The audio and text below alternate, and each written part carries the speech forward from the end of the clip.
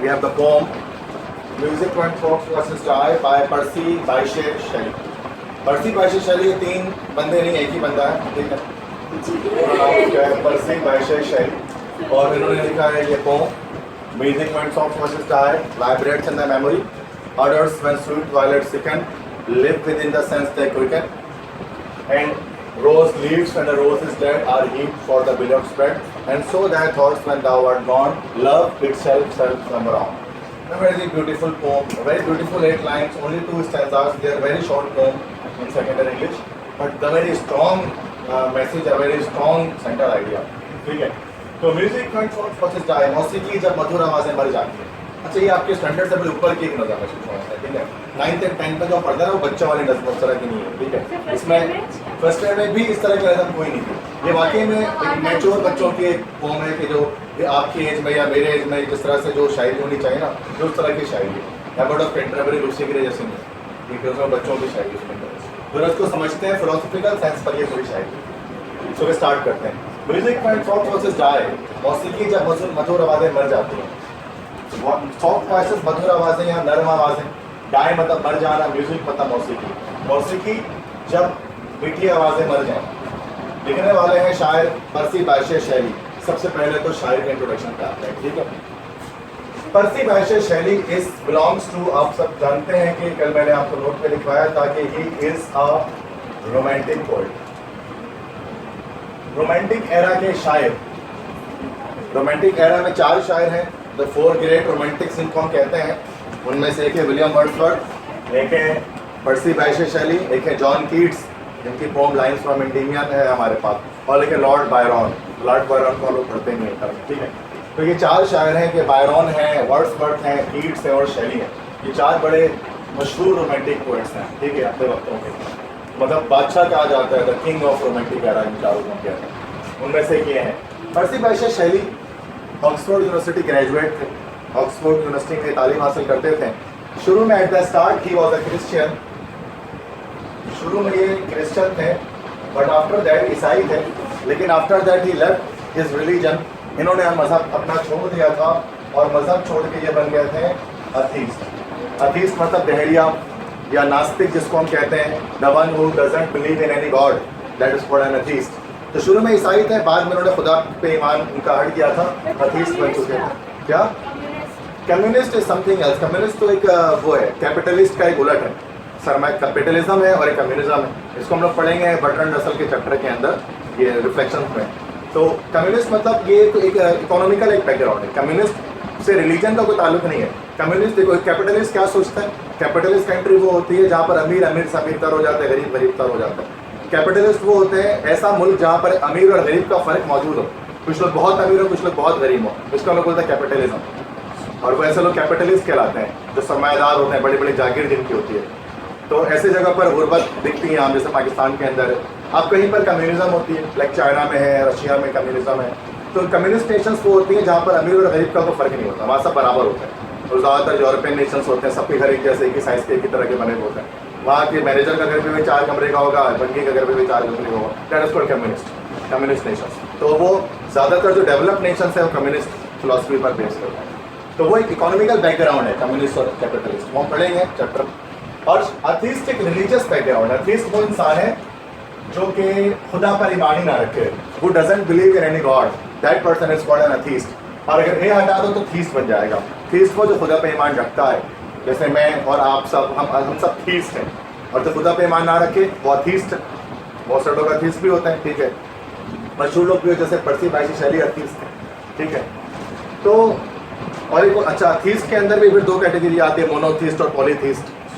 जो एक खुदा पे ईमान रख लेते हैं वो मोनोथीस्ट है, जैसे मुस्लिम्स आर द मोनोथीस्ट। और पॉलीथीस्ट जो मोर देन वन गॉड पे बिलीव करें, जैसे कि हिंदूज आर पॉलीथीस्ट, ठीक है। तो ये क्रिश्चियन से अथीस्ट हो गए हैं पर्सी बायशे शैली। और अथीस्ट, एक तो अथीस्ट होते हैं कि चले भाई खुद अथीस्ट हो गए, किसी को बता नहीं रहे। ये उन्होंने ना सिर्फ अथीस्ट हो गए, और अथीस्ट होने के बाद उन्होंने एक पम्फलेट लिखा जिसका नाम था, याद रखें उसके लिए, द नेसेसिटी ऑफ अथीज्म, इल्हाद की ज़रूरत। द नेसेसिटी ऑफ अथीज्म मतलब इस दौर में दुनिया को इल्हाद की ज़रूरत है। इस पर पूरा उन्होंने एक किताब, एक पम्फलेट लिखा था, और फ्री में उन्होंने पूरा ऑक्सफोर्ड यूनिवर्सिटी में बंटवा दिया, पूरे ऑक्सफोर्ड यूनिवर्सिटी में बंटवा दिया उसको लिखकर।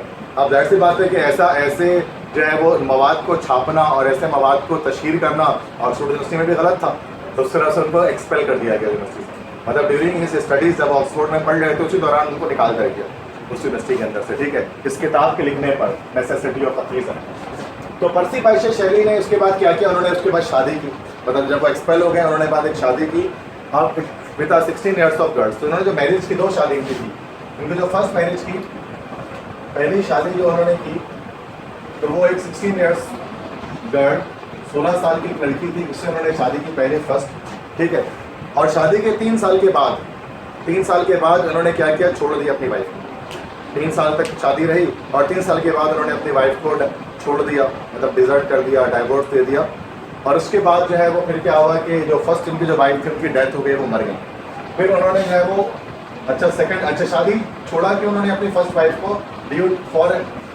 Due to for marrying with his second wife, उनको जो है वो एक और खातून थी जिनका नाम था मैरी गॉडविन। तो मैरी गॉडविन से ये इनसे शादी करना चाहते थे, मतलब पहले नहीं उनका नाम हिस्ट्री में नहीं मिलता हमें, फर्स्ट जिनसे शादी हुई। तो फर्स्ट शादी उन्होंने की, उसके बाद उनको फिर क्या हुआ कि एक दूसरी खातून उनको पसंद आने शुरू हो गई, उनसे शादी करने की उन्होंने फर्स्ट वाले को जो है छोड़ दिया, ठीक है। तो उसकी उम्र उस वक्त 19 ईयर्स ही होंगी और छोड़कर उन्होंने मैरी गॉडविन से शादी कर ली। लेकिन मैरी गॉडविन से जब शादी की उन्होंने तो उसके बाद उनकी ज़िंदगी में बहुत सारे फाइनेंशियल क्राइसिस वगैरह आए और बहुत ज़्यादा मतलब कहने के तरह से मकाफात अमल था जिसकी वजह से उनको सहना पड़ा। और साथ में फिर उनको अपनी फर्स्ट वाइफ जो है जो थी जबकि उनकी मौत हो चुकी थी, मतलब उन्होंने जिस साल छोड़ा था उसके 1 साल के बाद ही जो उसकी डेथ हो गई, ठीक है। 19 साल की थी उनकी फर्स्ट वाइफ जब उनकी डेथ हो गई। तो इनको बड़ी याद आती थी अपनी फर्स्ट वाइफ की जो कि जिनको उन्होंने छोड़ दिया था।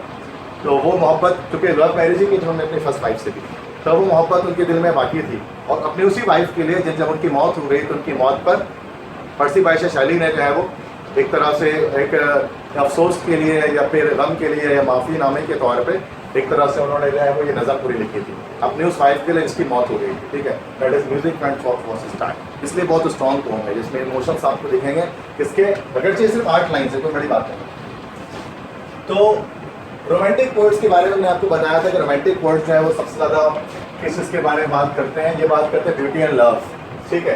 तो इसका भी जो थीम आपको मिलेगा इस पोम में दैट इज एटर्नल या परमानेंट, कह लो permanent nature of beauty and love, मोहब्बत और खूबसूरती के दायमी जज्बात के बारे में बात होती है कि ब्यूटी और लव ये वो 2 फीलिंग्स हैं, ये वो 2 एहसासात हैं जो परमानेंट हैं, जो हमेशा रहेंगे, कभी ख़त्म नहीं हो सकते।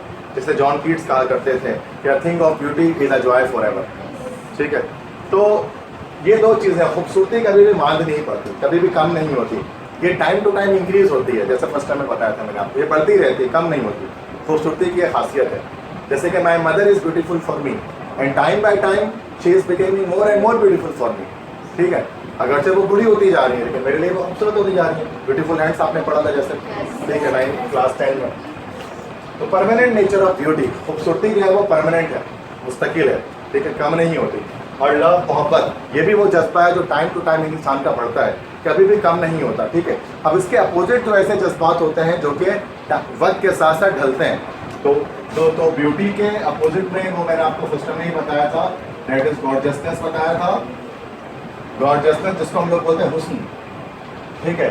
तो हुस्न जो है वो मांद पड़ता है वक्त के साथ साथ, किसी इंसान की गॉर्जियसनेस, उसका हुस्न जो है या ज़ाहिरी हुस्न जिसको हम कहते हैं फिजिकल एक ब्यूटी, वो टाइम टू टाइम इंसान की ढलती है, कम होती है, चाहे वो मर्द हो रहा तो कोई भी हो, ठीक है।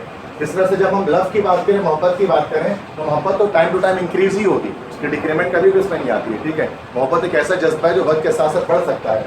और लव का एक उसके अपोजिट में जो है हमारे पास अट्रैक्शन, अट्रैक्शन इसका एक अपोजिट एक वर्ड है।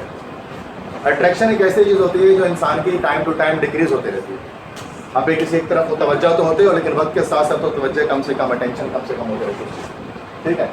तो आजकल के एरा में, मॉडर्न एरा में ब्यूटी को गॉर्जियसनेस हम समझ लेते हैं, लव को अट्रैक्शन समझ लेते हैं, जिसकी वजह से काफ़ी साइकोलॉजिकल मसाइल दरपेश आते हैं दुनिया के अंदर, और ख़ास तौर पे कुछ कंट्रीज़ में ये मसाइल दरपेश आते हैं, जिसकी वजह से इंसान सुसाइड भी करता है और बहुत सारे काम करते हैं, जिसकी वजह चूँकि वो इन अल्फाज को समझ नहीं पाते, इनके मतलब समझ नहीं पाते कि इनमें फ़र्क क्या है। चलो आते हैं आगे वापस। नेक्स्ट इसके like when you tell about music and thought verses diet, इसमें आपको शुरू 2 स्टैंजा है। फर्स्ट स्टैंजा के अंदर the poet is telling you about the examples, 2 examples दे रहे हैं। थर्ड स्टैंजा में भी एक एग्जाम्पल दे रहे हैं, टोटल 3 एग्जाम्पल्स हैं। फर्स्ट जो स्टैंजा है इसमें आपको म्यूजिक के एग्जाम्पल देंगे और वायलेट्स के एग्जाम्पल देंगे। सेकंड स्टैंजा में शुरू के 2 लाइन्स में आपको रोज के एग्जाम्पल देंगे और सेकंड स्टैंजा के जो लास्ट जो 2 लाइन्स है उसके अंदर ये अपना मैसेज डिलीवर करेंगे या जो सेंट्रल आइडिया थीम है वो बताएंगे। ठीक है, तो सबसे पहले तो we will check the meanings here. Music मौसीकी, वैन मतलब यहाँ पर जब, सॉफ्ट मतलब नर्म, वॉइस आवाज़ है, डाई मर जाती है। वाइब्रेट्स मतलब इर्ताश पैदा करना, इर्ताश करना या गूंजना या घूमना जहन में, तो वाइब्रेशन करना, ऑसिलेट करना, जहन में घूमना। वाइब्रेट्स इन द मेमोरी, यादाश्त में घूमना, यादाश्त में इर्ताश पैदा करना। ऑर्डर कैसे कहते हैं? ऑर्डर के मतलब होते हैं खुशबू। ठीक है, वैन जब, स्वीट वायोलेट क्या है? तो violet is actually the name of a flower. ये एक फूल है जिसको उर्दू में हम लोग कहते हैं गुले दाऊदी, क्योंकि दैट इज गुले दाऊदी एक फूल है जो कि वायलेट कलर का होता है, जामुनी रंग का होता है। ठीक है, वायलेट, अच्छा गुले दाऊदी की बात करें, वाइट वायलेट भी होता है बट हाँ उसमें स्पीशीज होती हैं। सिकन मतलब होता है बीमार पड़ना, यहाँ पर है मुरझा जाना। Sicken live within the sense, रहते हैं हमारे सेंस में। सेंस मतलब यहाँ पर दिमाग, हमारे दिमाग में रहते थे। वीकेंड के मतलब तेजी से। एंड रोज लीव्स, और गुलाब के पत्ते, गुलाब की पंखड़ियाँ। When the rose is dead, जब गुलाब मर जाता है। आर हीट मतलब ढेर लगाना, उसका ढेर लगा दिया जाता है। ढेर लगा दिया जाता है फॉर बिलव्ड बेड, अपने प्यारों के बिस्तर पर। यहाँ बेड से नॉर्मली मुराद होते बिस्तर, यहाँ बेड से मुराद है कब्र, ग्रेव। ठीक है, एंड सो दाय थॉट्स, और इस तरह तेरे ख्यालात। दाय मतलब तेरे, मैंने आपको बताया था दी दाओ दाय ओल्ड इंग्लिश का वर्ड है। इस तरह से तेरे ख्यालात, थॉट्स मतलब ख्यालात, सोच। When thou art gone, thou मतलब होता है तू, और thou art जो है दैट इज ओल्ड इंग्लिश का वर्ड है, यहाँ आर है। thou are gone मतलब you are gone है के मायने का है। When you are gone, जब तू चली गई है। लव मोहब्बत, itself shall slumber on, slumber on के मतलब होते हैं जारी रहना, धीरे धीरे। स्लम्बर, सिर्फ स्लम्बर के मतलब होता है सोना, सो जाना। जैसे कि ट्वाइस में था ना, but found him slumbering deep, जब अपने बेटे के बिस्तर पर गया था वो गहरी नहीं सो रहा था। यहाँ स्लम्बरिंग का मतलब धीरे धीरे जारी रहना, स्लम्बर ऑन। और अगर धीरे धीरे कोई चीज़ अगर जारी रहे, खामोशी से कोई चीज़ आगे बढ़ती रहे, दैट इज स्लम्बर ऑन। ठीक है, क्या समझिए? ढेर लगाना।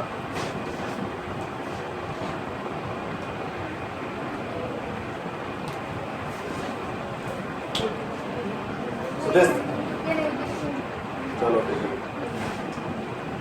ओके, तो कहा जाता है कि the first sight of love is the last sight of wisdom. The first sight of love is the last sight of wisdom, कि मोहब्बत की पहली नज़र अकल की आखिरी नज़र होती है।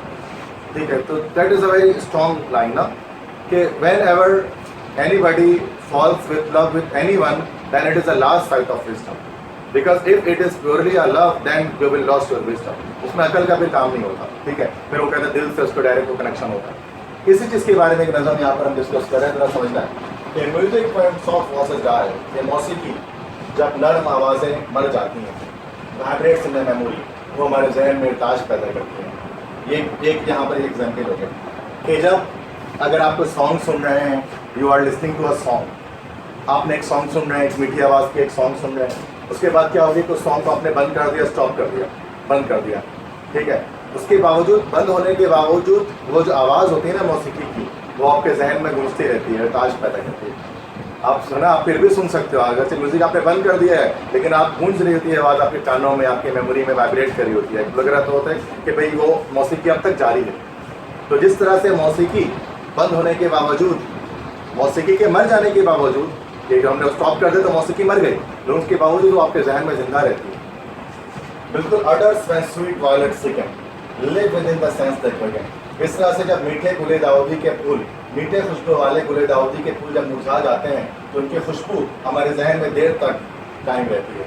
ठीक है, मतलब जैसे फूल होता है ना, फूल है, आपने कोई गुलाब का फूल सूंघ लिया है, ठीक है, अब अगर आप उसके बाद फूल जब मुरझा भी जाता है ना, पर फूल सूंघ लिया उसके बाद आप उसको मुरझा दें, या उसको जब आप तोड़ दें फूल को, या उसको जो है वो आप क्रश कर दें, उसके बावजूद आप उसकी खुशबू जो है ना वो महसूस कर सकते हैं अपने जहन में, उसकी खुशबू क्या थी, ये गुलाब की खुशबू कैसी होती है। अगर गुलाब सामने नहीं भी होता आप उसको महसूस कर सकते हैं। इस तरह से फूल के मर जाने के बावजूद फूल की खुशबू जो है वो कायम दायम रहती है, उसको आप रिकॉल कर सकते हैं। ये सेकंड एग्जाम्पल है violet flower and rose leaves when the rose is dead. और गुलाब के पत्ते जब गुलाब मर जाता है are heat for the beloved bed, तो उसका मतलब प्यारों की कब्र पर चढ़ा कर आ जाता है। कि जिस तरह से नॉर्मली जब गुलाब के पत्ते, जब कोई इंसान जब मर जाते हैं, जब आपके प्यारे जब मर जाते हैं, ठीक है, रिलेटिव्स में या दूर कोई भी और, तो हम क्या करते हैं कि उनकी कब्र के ऊपर जो है वो फूल चढ़ा देते हैं। फूल मतलब फूल मरने के मतलब उसके बाद मतलब कि जब उसके मर जाता है कोई इंसान मर गया, फिजिकली उसकी डेथ हो गई, ठीक है, तो वो मर गया, तो हम हमें उनकी यादें बाकी रहती हैं, तो हम क्या करते हैं कि इसलिए हम हर बार जाते हैं, साल में शब बारात में चले गए या फिर ईद और बकरीद में जाते हैं, इस तरह के ओकेजन्स में, और जाने के बाद हम उसके उनकी कब्रों पर जो है फूल चढ़ा कर आते हैं, क्योंकि मतलब मरने के बावजूद लोग हमें याद रहते हैं। या लोगों की बात हो रही है इसमें कि and rose leaves when the rose is dead are heat for the beloved dead, कि हम अपने प्यारों के मरने के बावजूद उनको प्यारों को हम याद रखते हैं। यहाँ पर आपके बिलव्ड्स की बात की गई थी। अब लास्ट में देखें, and so thy thoughts when thou art gone, और इसी तरह से तेरे ख्यालात जबकि तू चली गई है, तू जा चुकी है, यहाँ पर मर जाने से मुराद है दाउ आर्ट गॉन, तू मर चुकी है। वो अपनी फर्स्ट वाइफ की जो मैं रिकॉल करते हुए बात करते हैं, और बिल्कुल ऐसे ही इसी तरह से तेरे ख्यालात जबकि तू मर चुकी है, तू इस दुनिया से जा चुकी है, love it self self lumbar on, तो जो मोहब्बत मेरे दिल में है तेरे लिए मौजूद, वो मेरी मोहब्बत हमेशा जारी और सारी रहेगी, और वो हमेशा आगे बढ़ती रहेगी। कि अगरचे दुनिया में तो अब मौजूद नहीं है, लेकिन ये मोहब्बत एक दायमी मोहब्बत है, परमानेंट नेचर ऑफ लव है, जो कि कभी भी इंसान के दिल से उसका खात्मा नहीं हो सकता, वो नहीं जा सकता, ठीक है। मतलब इसको इस तरह से अगर आप देखो कि वो मोहब्बत कायम है, बल्कि उन्होंने तो बोलोगे सर उन्होंने तो शादी कर ली, सेकंड मैरिज कर ली उस फला बंदे से, मतलब बंदी मैरी बॉर्डविन से। तो वो एक ड्रामा मेरे पास तुम हो जो आया करता था उसमें, हाँ, तो उसमें भी यही स्टोरी उसमें सेम थी ना, कि उसमें शादी कर ली थी उस खातून ने, आयजा खान को थी, उन्होंने शादी किसी और से शादी कर ली, उसके बावजूद तो मोहब्बत उनके दिल में बाकी थी। ये नहीं बोलेंगे कि नहीं अगर उन्होंने शादी कर ली तो वो मोहब्बत खत्म हो गई थी, आगे जाकर एट दैट, मतलब आप इसको जोड़ सकते हैं, रिलेट कर सकते हैं, डिफरेंट मूवी से तो कर ही सकते हैं, अगर आप किसी की रियल लाइफ से उसको ना रिलेट कर पाओ तो बिल्कुल सेम इसी तरह से, क्योंकि लव है, मोहब्बत है, तो जो उनके दिल में मौजूद है, पर्सी बायशे शैली की जो मोहब्बत मौजूद थी, फर्स्ट वाइफ की मोहब्बत उनके दिल में, वो मोहब्बत कहते हैं कि वो हमेशा जारी और सारी रहेगी, और वो कभी ख़त्म नहीं हो सकती, ठीक है। अगर से बाद में उनको निजामत का एहसास इसका था, इस चीज़ को वो सोचते थे कि भाई मुझे उसको नहीं छोड़ना चाहिए था, बट जो उनको छोड़ भी दिया उसके बाद उनकी डेथ भी हो गई, उसके बाद उन्होंने गम के तौर पर एक नगमा पूरा का पूरा लिखा जो है वाइफ की, जो है फर्स्ट वाइफ की मौत पर, जो कि पूरी एक बेहतरीन नज़म है। तो उन्होंने फिर बताया कि अगेन मैं रिपीट करता हूँ जो स्टोरी है इसकी, ये लाइन्स को, कि जिस तरह से मौसीकी के मर जाने के बाद मौसीकी आपके जहन में बाकी रहती है, जिस तरह से वायलेट फ्लावर्स के मर जाने के बाद उनकी खुशबू आपके जहन में बाकी रहती है, जिस तरह से आपके प्यारे जब मर जाते हैं तो आप उनको भूलते नहीं, बल्कि उनकी कब्र पर जब फूल चढ़ा कर आते हैं, बिल्कुल वैसे ही कि जब तू जा चुकी है, तू तो मेरे सामने से नज़रों से उजल हो चुकी है, लेकिन उसके बावजूद जो मैं मोहब्बत है मेरे दिल में जो मोहब्बत है तेरे लिए, वो हमेशा जारी और सारी रहेगी, कायम और दायम रहेगी, और वो हमेशा स्लम्बर ऑन बढ़ती ही रहेगी, ठीक है। तो that is the poem which is showing the permanent nature of beauty and love, कि ये वो एहसास होता है ना जो कि परमानेंट होता है, जो दायमी होता है जज्बा, जो टेम्प्रोरी नहीं होता, आर्जी नहीं होता, इसको ख़त्म नहीं किया जा सकता, ये हमेशा टाइम टू टाइम इंक्रीज ही हो रहा होता है। और इस तरह से मतलब ये मोहब्बत बहुत ज़्यादा, मतलब कह लो कि इसकी वजह से भी क्या हुआ कि आफ्टर अ फ्यू टाइम के जब वो राफ्टिंग का बड़ा शौक था, बोटिंग का इनको, बोटिंग का एक बड़ा शौक था कि बोटिंग वगैरह किया करते थे, तो बोटिंग लाइक के वो कश्ती चलाया करते थे, ठीक है, दरियाओं में कश्ती चलाने का इनको बड़ा शौक था। तो एक बार वो कश्ती चला रहे थे, दरियाओं में चला ही रहे थे, तो फिर जहन में क्या है कि उन्होंने जो है दरिया में छलांग लगा के जान दी थी, सुसाइड कर लिया, मतलब, ठीक है। तो लोग कहते हैं कि यही तो निदामत थी जिसकी वजह से उन्होंने जो है वो अपनी लाइफ को भी जो है दाव पर लगा दिया और सुसाइड कर लिया। तो इन कुछ बहुत सारे पोइट्स में से हैं कि जिन्होंने सुसाइडल डेथ थी, जो कि खुदकुशी करके जो इनकी मौत हुई थी, अब डिप्रेशन की वजह से या टेंशन की वजह से जो कि मौजूद थी, ठीक है।